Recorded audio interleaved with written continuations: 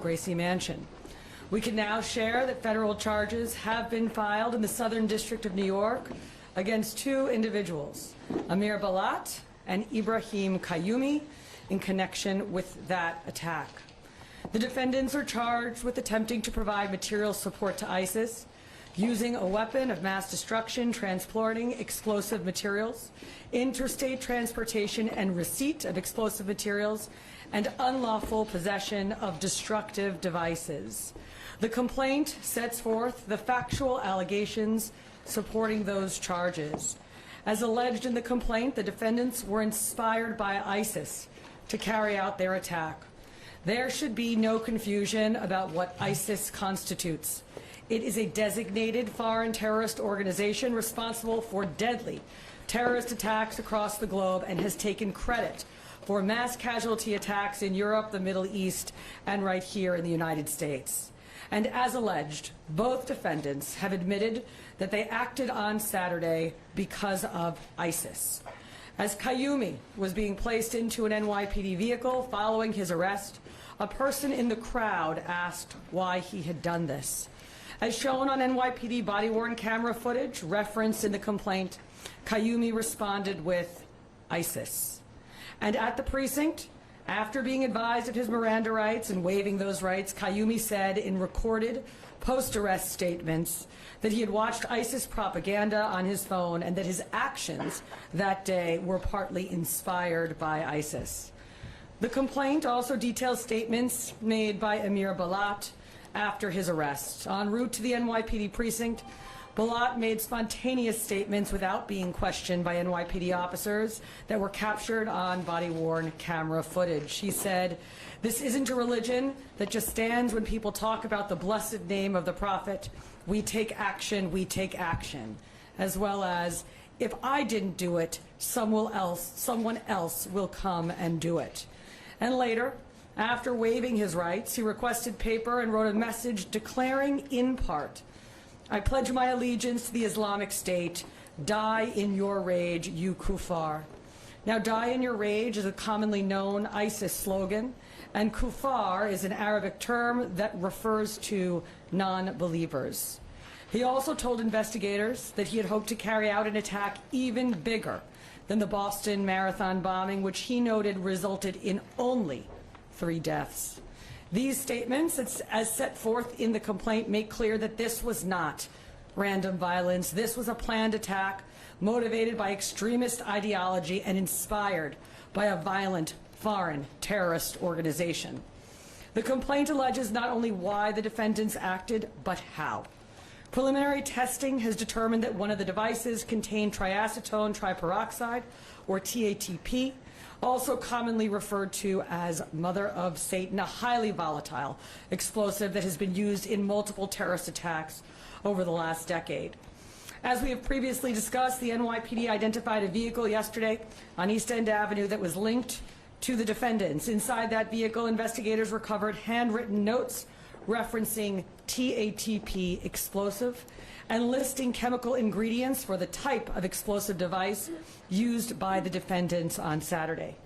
Make no mistake, what happened this weekend was incredibly dangerous, and the ongoing investigation will be exhaustive. From the first moments of that investigation, the NYPD has been working seamlessly with our federal partners, many of whom have joined us here.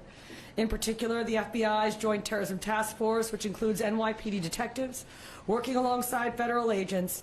They have been at the center of this investigation. Members of the FBI and the Joint Terrorism Task Force, including NYPD task force officers, have executed search warrants at Qayyumi and Balat's residences in Pennsylvania.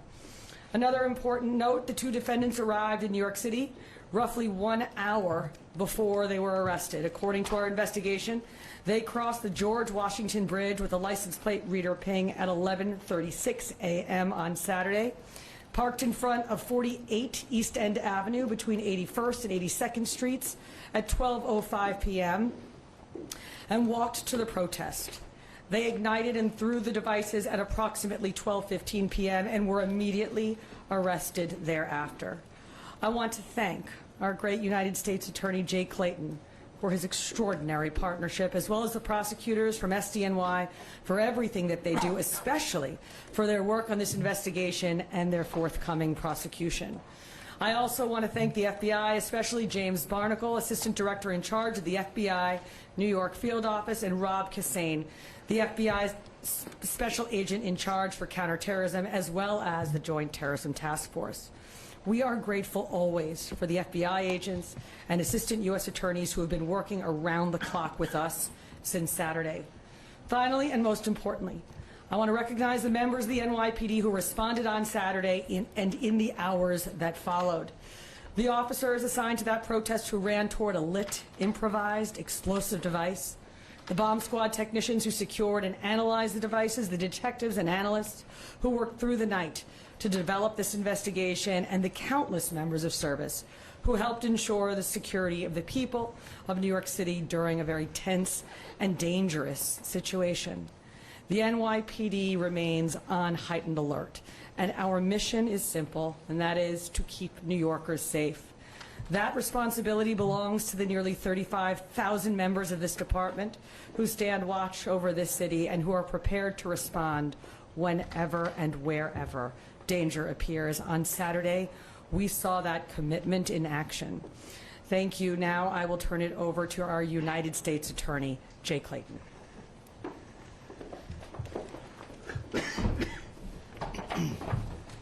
Thank you, Commissioner Tisch. I'm very proud to be here today with Commissioner Tisch and Director Barnacle representing this joint effort to keep our city safe. And I'm going to pick up where the Commissioner left off. I watched the video of New York Police Department officers running to the danger, knowing that these might be explosive devices, knowing that they might explode. That is the kind of commitment that makes this city great. Thank you. Thank all your officers. It's tremendous. It makes me so proud as a New Yorker. As Commissioner Tisch noted, we charged 2 individuals today, Balat and Kayumi. They are charged federally with 5 counts. Attempted provision of material support and resources to a designated foreign terrorist organization. Use of a weapon of mass destruction, transportation of explosive materials, interstate transportation and receipt of explosives, and unlawful possession of destructive devices. The facts alleged in the complaint are just that, allegations. In our great system of justice, they must be proven, and the defendants have the presumption of innocence. Commissioner Tisch did an exceptional job outlining the facts alleged in the complaint. These were ISIS-inspired actions. And it is chilling that they wanted to do something more than the Boston Marathon, more than 3 deaths. Free speech and peaceable assembly are the bedrock of American democracy. But violence is not protected. And it's not protected protest. It's not protected speech. In New York, violence, particularly violence that has a terrorist bent, violence that is meant to chill free speech, violence that is meant to keep us from assembling peaceably, will be met with swift justice. This investigation remains ongoing, and we encourage anyone with further information to contact the FBI at 1-800-CALL-FBI, C-A-L-L-FBI. In closing, I want to express my deep gratitude for, again, the NYPD and all of those folks in my office who immediately answered the call and worked around the clock. In particular, the heads of our National Security and International Narcotics Unit, Eleanor Tarlow and Jason Richmond, and our line U.S. attorneys, who I don't think have slept, which is why we are here so quickly, Jonathan Bodonsky and Jane Chong. Thank you all very much. I'll now turn it over to Director Barnacle.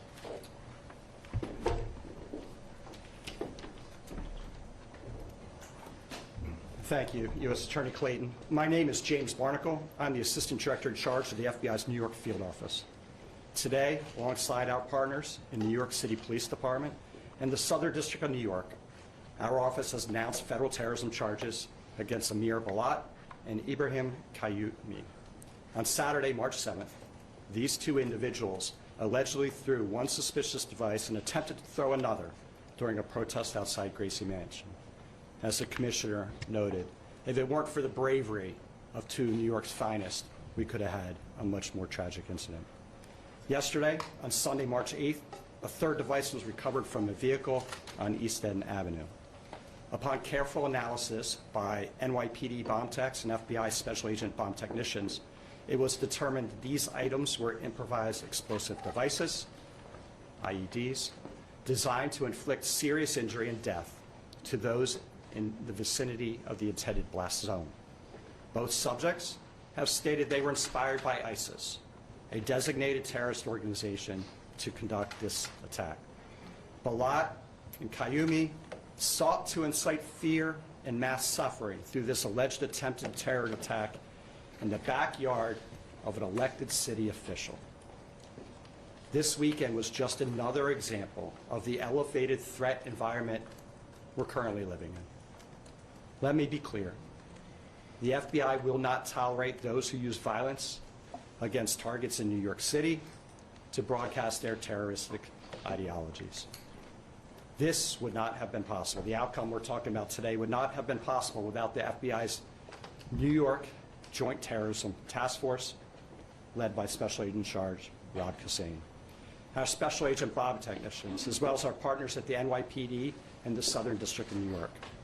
I would like to thank Commissioner Jessica Tisch for your department's unwavering partnership, and especially for the bravery of your officers who ran towards danger to protect this city and our residents. Thank you, U.S. Attorney Clayton, for your team's determination to bring weighty criminal charges against these defendants and hold them accountable for the reprehensible actions from this past weekend. Additionally, I'd like to extend my appreciation to the Customs and Border Protection, the Port Authority Police Department, the New York State Police, Homeland Security Investigations, as well as the FBI divisions in Newark, New Jersey, and Philadelphia, Pennsylvania. Those offices assisted us throughout the weekend. The collective efforts across all these agencies, including those who could not join us today, thwarted a potentially devastating day in this city. Rest assured, the FBI and the New York City Police Department remain at the ready to defend the homeland against anyone seeking to harm our community. We're continuing to chase down all leads and tips in this ongoing investigation. As U.S. Attorney mentioned, anyone that has tips out there, we encourage you to call the FBI at 1-800-CALL-FBI, or you can submit your tips online at fbi.gov. Thank you. Turn it over to the Commissioner for any questions. All right, so we will now take any questions you have on topic only, please. We will do our best to answer, but as I mentioned at the earlier press conference today, we may be limited in some of the things we can say because we don't want to say anything that will in any way make these fine prosecutors' work more difficult. Thank you, Commissioner. Again, we do on-topic questions. We'll go to Gloria first. Thank you very much. I hear what you said about what the individuals stated regarding ISIS, but do you have any information yet about whether they were self-radicalized or actually recruited by ISIS? And is there anything you can say about whether they were targeting anything or any person specifically? The mayor said earlier today that it was known this protest was going to take place for about a week. So did they come here specifically to target that group, or were they targeting the mayor, any other group? So we're not going to be able to answer the first question at this time for the reasons I stated earlier. It is clear that they showed up in front of Gracie Mansion for their planned counter-protest in response to the original protest that was planned by a Jake Lang-affiliated group. So your name and outlet, go to Miles. Or Bloomberg News. Both of these suspects have extensive Middle East travel histories, which may be inconsequential. They both are Middle Eastern. How are you squaring that with this attack? And then secondly, can you just talk about the nature? These are two young men, not even 21, and the nature of radicalization reaching young people. So on the first part of your question, we're not able to answer that at this time, although, of course, as part of our investigation, we are aware of international travel. And I'm going to ask Rebecca Weiner, our Deputy Commissioner of Intel and Counterterrorism, to talk about radicalization of youth. Thank you. Thank you. And this is very much in keeping with a trend that we are seeing among ISIS-inspired adherents, both in the country as well as throughout the West. Younger and younger individuals who are radicalizing and mobilizing to violence. And this is taking place against the backdrop of social media, the dynamics of online culture. It's not limited to ISIS, it's across the ideological spectrum. Younger people mobilizing to violence, something we're tracking very closely. Thank you. We go over here next with CBS.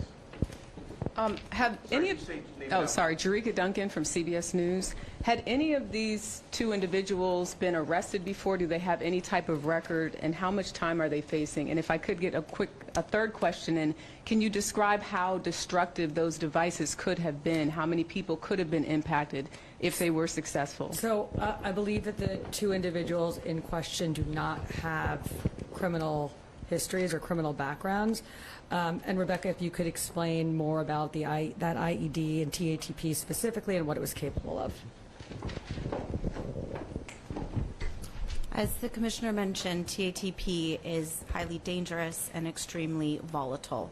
And the NYPD and FBI bomb squads and bomb technicians did do controlled detonations of the two IEDs from the protest, which revealed a significant explosion. It's really important to note that had these IEDs functioned the way the perpetrators allegedly wanted them to, they could have caused death, destruction, extremely dangerous compound, an extremely dangerous place deployed. Rocco? For Commissioner Tish, and I think also for Commissioner Weiner, what was the assessment of this event in the days leading up to it in terms of your concerns, A, and B? What role did SRG play? Were they there in a primary capacity or in a backup capacity?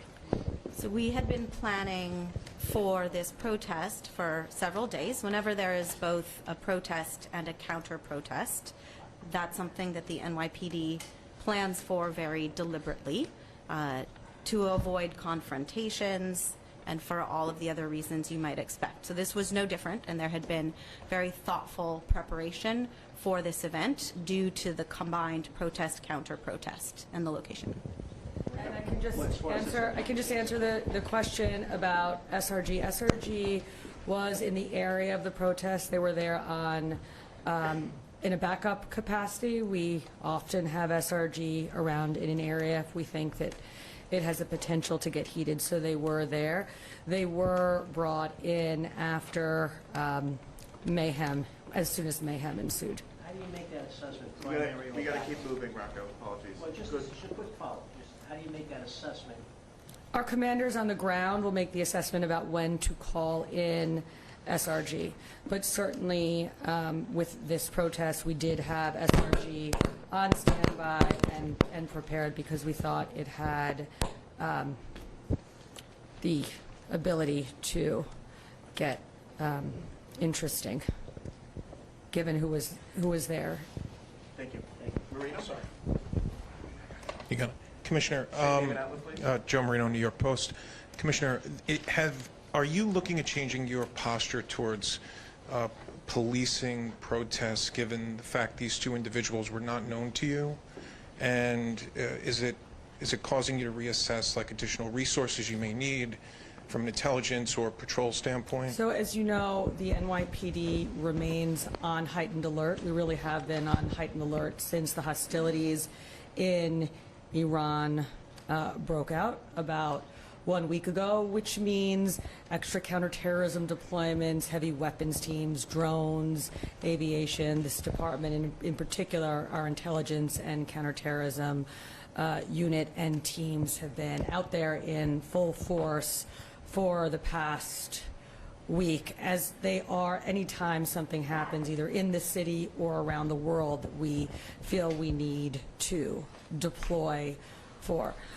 Look, this incident did occur at a protest, but it didn't have to have occurred at a protest, so this doesn't change our posture specifically on protests. The NYPD has been policing protests and ensuring New Yorkers' ability to exercise their First Amendment rights safely and lawfully for decades, but never more so, frankly, than over the past 2.5 years, where we have just seen a huge increase in the number of protests, and our officers, both our community affairs officers, our patrol officers, and our SRG officers are well trained and certainly well practiced at doing so.